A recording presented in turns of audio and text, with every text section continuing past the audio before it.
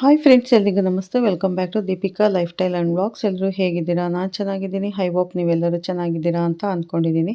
Please friends, ಈ ವಿಡಿಯೋನ ಫಸ್ಟಿಂದ ಕೊನೆವರೆಗೂ ಸ್ಕಿಪ್ ಮಾಡದೆ ನೋಡಿ. ನಿಮ್ಗೆ ಇಷ್ಟ ಆದರೆ ಲೈಕ್ ಮಾಡಿ, ಶೇರ್ ಮಾಡಿ. ಹಾಗೆ ಹೊಸ್ದಾಗಿ ನೋಡ್ತಾ ಇರೋರು ಫಸ್ಟು ನಮ್ಮ ಚಾನಲ್ಗೆ ಸಬ್ಸ್ಕ್ರೈಬ್ ಮಾಡ್ಕೊಳ್ಳಿ. ಪಕ್ಕದಲ್ಲಿರೋ ಬೆಲ್ ಐಕನ್ ಕ್ಲಿಕ್ ಮಾಡಿ. ನಾನು ಹಾಕೋ ಪ್ರತಿಯೊಂದು ವಿಡಿಯೋ ನೋಟಿಫಿಕೇಷನ್ಗೆ ಬರುತ್ತೆ, ತಕ್ಷಣ ನೋಡ್ಬೋದು. ನಿಮಗೆ ವಿಡಿಯೋ ಇಷ್ಟ ಆದರೆ ಓಂ ಶನೇಶ್ವರಾಯ ನಮಃ ಅಥವಾ ಓಂ ಶ್ರೀ ಗುರು ರಾಘವೇಂದ್ರಾಯ ನಮಃ ಅಂತ ಕಮೆಂಟ್ ಕೊಡೋದನ್ನು ಖಂಡಿತ ಮರಿಬೇಡಿ. ಪೂಜ್ಯಾಯ ರಾಘವೇಂದ್ರಾಯ ಸತ್ಯಧರ್ಮ ರಥಾಯ ಚ ಭಜತಾಂ ಕಲ್ಪವೃಕ್ಷಾಯ ನಮತಾಂ ಕಾಮಧೇನುವೇ ನಮಃ. ಓಂ ಶ್ರೀ ಗುರು ರಾಘವೇಂದ್ರಾಯ ನಮಃ. ಎಲ್ಲರಿಗೂ ರಾಯರು ಒಳ್ಳೇದು ಮಾಡಲಿ ಅಂತ ಕೇಳ್ಕೊತಾ ನಾನಿವಾಗ ಕುಂಭರಾಶಿ ಬಗ್ಗೆ ತಿಳಿಸ್ಕೊಡ್ತಾ ಇದ್ದೀನಿ. ಬನ್ನಿ ನೋಡೋಣ. ಎಲ್ಲರಿಗೂ ನಮಸ್ಕಾರ. ಕುಂಭರಾಶಿಯವರೇ, ಈ ವಿಡಿಯೋವನ್ನು ತಪ್ಪದೆ ಕೊನೆವರೆಗೂ ನೋಡಿ. ಯಾಕೆಂದರೆ ಇಂದು ನಾನು ಹೇಳಲಿರುವ ಮಾತುಗಳು ನಿಮ್ಮ ಜೀವನದಲ್ಲಿ ಈಗಾಗಲೇ ನಡೆಯುತ್ತಿರುವ ಒಂದು ಕಟು ಸತ್ಯವನ್ನು ಬೆಳಕಿಗೆ ತರುತ್ತದೆ. ಕೆಲವರಿಗೆ ಈ ಮಾತುಗಳು ಕಠಿಣವಾಗಿ ಕಾಣಬಹುದು, ಆದರೆ ಸತ್ಯ ಯಾವಾಗಲೂ ಸಿಹಿಯಾಗಿರುವುದಿಲ್ಲ. ಒಂದು ಕ್ಷಣ ನಿಮ್ಮ ಜೀವನವನ್ನು ನೆನೆಸಿ ನೋಡಿ. ನೀವು ಎಷ್ಟೋ ಜನರಿಗೆ ಸಹಾಯ ಮಾಡಿದ್ದೀರಿ, ಎಷ್ಟೋ ಜನರಿಗೆ ದಾರಿ ತೋರಿಸಿದ್ದೀರಿ, ಎಷ್ಟೋ ಜನರ ಸಮಸ್ಯೆಗೆ ಪರಿಹಾರ ಕೊಟ್ಟಿದ್ದೀರಿ. ಆದರೆ ಅದೇ ಸಮಯದಲ್ಲಿ ನಿಮ್ಮ ಮನಸ್ಸಿನ ಒಳಗೆ ಒಂದು ಪ್ರಶ್ನೆ ಯಾವಾಗಲೂ ಕಾಡುತ್ತಿರುತ್ತದೆ. ನಾನು ಎಲ್ಲರಿಗೂ ಇಷ್ಟು ಮಾಡುತ್ತಿದ್ದೇನೆ, ಆದರೆ ನನಗೆ ಜೀವನದಲ್ಲಿ ಯಾಕೆ ಶಾಂತಿ ಇಲ್ಲ? ಆತ್ಮೀಯ ಕುಂಭರಾಶಿಯವರೇ, ನೀವು ಸಾಮಾನ್ಯ ವ್ಯಕ್ತಿಗಳಲ್ಲ. ನಿಮ್ಮ ಆಲೋಚನೆ, ನಿಮ್ಮ ದೃಷ್ಟಿಕೋನ, ನಿಮ್ಮ ಬುದ್ಧಿವಂತಿಕೆ ಇವುಗಳೆಲ್ಲ ನಿಮ್ಮನ್ನು ಜಗತ್ತಿನಲ್ಲೇ ವಿಭಿನ್ನ ವ್ಯಕ್ತಿಗಳನ್ನಾಗಿ ಮಾಡುತ್ತವೆ. ಜಗತ್ತು ಒಂದು ದಾರಿಯಲ್ಲಿ ನಡೆಯುತ್ತಿದ್ದರೆ ನೀವು ಮಾತ್ರ ಹೊಸ ದಾರಿಯನ್ನು ಹುಡುಕುವವರು. ಬೇರೆಯವರು ಸಮಸ್ಯೆಯನ್ನು ನೋಡಿದರೆ ನೀವು ಅದರೊಳಗೆ ಪರಿಹಾರವನ್ನು ಕಂಡುಕೊಳ್ಳುವವರು. ಇದೇ ಕಾರಣಕ್ಕೆ ಹಲವರು ನಿಮ್ಮನ್ನು ಅರ್ಥ ಮಾಡಿಕೊಳ್ಳಲು ಸಾಧ್ಯವಾಗುವುದಿಲ್ಲ. ನಿಮ್ಮ ರಾಶಿಯ ಅಧಿಪತಿ ಶನಿ. ಶನಿ ಎಂದರೆ ಕೇವಲ ಕಷ್ಟ ಕೊಡುವ ಗ್ರಹವಲ್ಲ. ಶನಿ ನ್ಯಾಯದ ಪ್ರತೀಕ. ಶಿಸ್ತು, ಪರಿಶ್ರಮ, ನ್ಯಾಯ ಇವುಗಳೆಲ್ಲ ಶನಿಯ ಗುಣಗಳು. ಈ ಗುಣಗಳೇ ನಿಮ್ಮಲ್ಲೂ ಕಾಣಿಸುತ್ತವೆ. ಯಾರಾದರೂ ಅನ್ಯಾಯಕ್ಕೆ ಒಳಗಾದರೆ ನೀವು ಮೌನವಾಗಿರಲು ಸಾಧ್ಯವಾಗುವುದಿಲ್ಲ. ಯಾರಾದರೂ ಕಷ್ಟದಲ್ಲಿದ್ದರೆ ಅವರಿಗೆ ಸಹಾಯ ಮಾಡಲು ನಿಮ್ಮ ಮನಸ್ಸು ಮುಂದೆ ಬರುತ್ತದೆ. ಆದರೆ ಕುಂಭ ರಾಶಿಯವರೇ, ಇಲ್ಲಿಯೇ ನಿಮ್ಮ ಜೀವನದ ದೊಡ್ಡ ಸಮಸ್ಯೆ ಆರಂಭವಾಗುತ್ತದೆ. ನಿಮ್ಮ ಅತಿಯಾದ ಒಳ್ಳೆಯತನವೇ ಕೆಲವೊಮ್ಮೆ ನಿಮ್ಮ ದೊಡ್ಡ ದುರ್ಬಲತೆ ಆಗುತ್ತದೆ.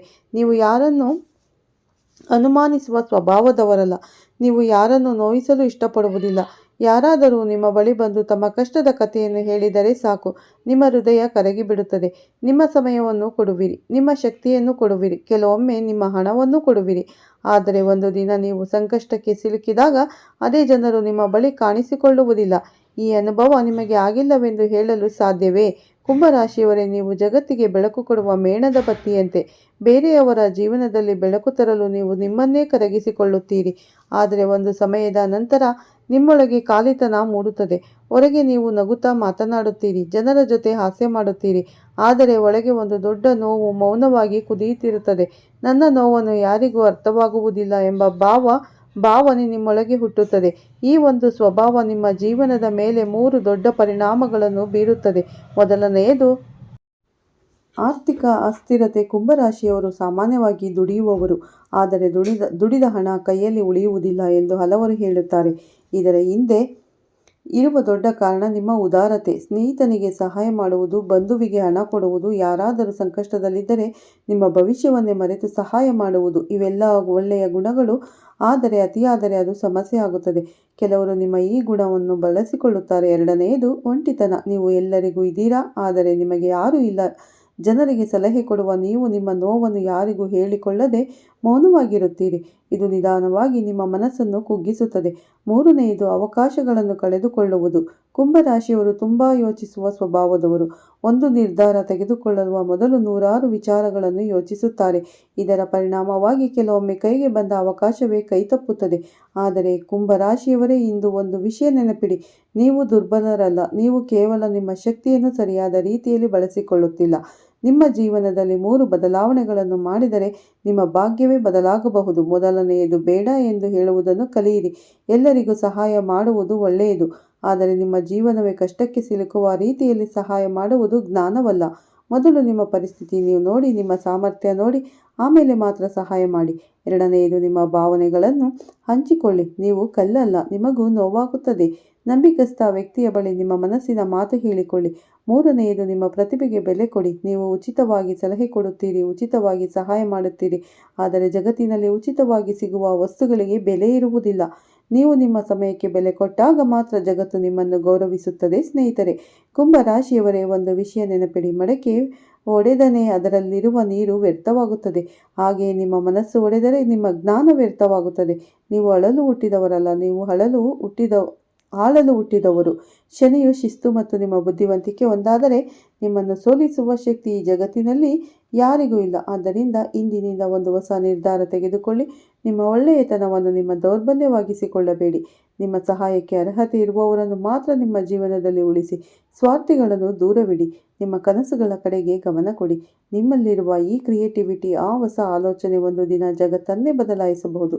ಕುಂಭರಾಶಿಯವರೇ, ಎದ್ದೇಳಿ. ಹಳೆಯ ನೋವುಗಳನ್ನು ಬಿಡಿ. ಹೊಸ ಶಕ್ತಿಯೊಂದಿಗೆ ನಿಮ್ಮ ಜೀವನವನ್ನು ಮತ್ತೆ ಕಟ್ಟಿಕೊಳ್ಳಿ. ಒಂದು ದಿನ ನಿಮ್ಮ ಯಶಸ್ಸು ಹೇಗಿರಬೇಕು ಅಂದರೆ, ಒಮ್ಮೆ ನಿಮ್ಮನ್ನು ಕಡೆಗಣಿಸಿದವರೇ ನಿಮ್ಮನ್ನು ಹುಡುಕಿಕೊಂಡು ಬರಬೇಕು. ಪ್ರತಿದಿನ ಸ್ವಲ್ಪ ಸಮಯ ನಿಮ್ಮ ಭವಿಷ್ಯದ ಬಗ್ಗೆ ಯೋಚಿಸಲು ಮೀಸಲಿಡಿ. ನಿಮ್ಮ ಗುರಿ ಏನು, ನಿಮ್ಮ ಕನಸು ಏನು ಎಂಬುದನ್ನು ಬರೆಯಿರಿ ಮತ್ತು ಅದಕ್ಕೆ ತಕ್ಕಂತೆ ಕ್ರಮವಾಗಿ ಕೆಲಸ ಮಾಡಿರಿ. ನಿಮ್ಮ ಸಮಯ ಮತ್ತು ಶಕ್ತಿಯನ್ನು ಅರ್ಥವಿಲ್ಲದ ವಿಷಯಗಳಲ್ಲಿ ವ್ಯರ್ಥ ಮಾಡದೆ ನಿಮ್ಮ ಬೆಳವಣಿಗೆಗೆ ಸಹಾಯ ಮಾಡುವ ಕೆಲಸಗಳಲ್ಲಿ ಬಳಸಬೇಕು. ಪುಸ್ತಕ ಓದುವುದು, ಹೊಸ ವಿಷಯಗಳನ್ನು ಕಲಿಯುವುದು, ಉತ್ತಮ ವ್ಯಕ್ತಿಗಳ ಜೊತೆ ಸಂಪರ್ಕ ಬೆಳೆಸುವುದು, ಇವುಗಳೆಲ್ಲ ನಿಮ್ಮ ಜೀವನದ ದಾರಿಯನ್ನು ಬದಲಾಯಿಸಬಲ್ಲದು. ನೀವು ಶನಿಯ ಆಶೀರ್ವಾದ ಹೊಂದಿರುವವರು. ಆದ್ದರಿಂದ ಪರಿಶ್ರಮ ಮತ್ತು ಶಿಸ್ತು ನಿಮ್ಮ ಜೀವನದ ಮಂತ್ರವಾಗಿರಬೇಕು. ಕುಂಭರಾಶಿಯವರು ಮಾಡುವ ದೊಡ್ಡ ತಪ್ಪು ಎಂದರೆ ಯಾರನ್ನಾದರೂ ತುಂಬ ಬೇಗ ನಂಬುವುದು. ಯಾರಾದರೂ ಕಷ್ಟದ ಕತೆ ಹೇಳಿದರೆ ತಕ್ಷಣ ಅವರಿಗೆ ಹಣ ಸಹಾಯ ಮಾಡಲು ಮುಂದೆ ಬರುತ್ತೀರಿ. ಸಹಾಯ ಮಾಡುವುದು ಒಳ್ಳೆಯದು, ಆದರೆ ನಿಮ್ಮನ್ನೇ ಸಂಕಷ್ಟಕ್ಕೆ ತಳ್ಳುವ ರೀತಿಯಲ್ಲಿ ಸಹಾಯ ಮಾಡುವುದು ಜ್ಞಾನವಲ್ಲ. ಎಲ್ಲರಿಗೂ ನಿಮ್ಮ ಸಮಯ, ನಿಮ್ಮ ಹಣ, ನಿಮ್ಮ ಶಕ್ತಿ ನೀಡುವುದನ್ನು ನಿಲ್ಲಿಸಬೇಕು.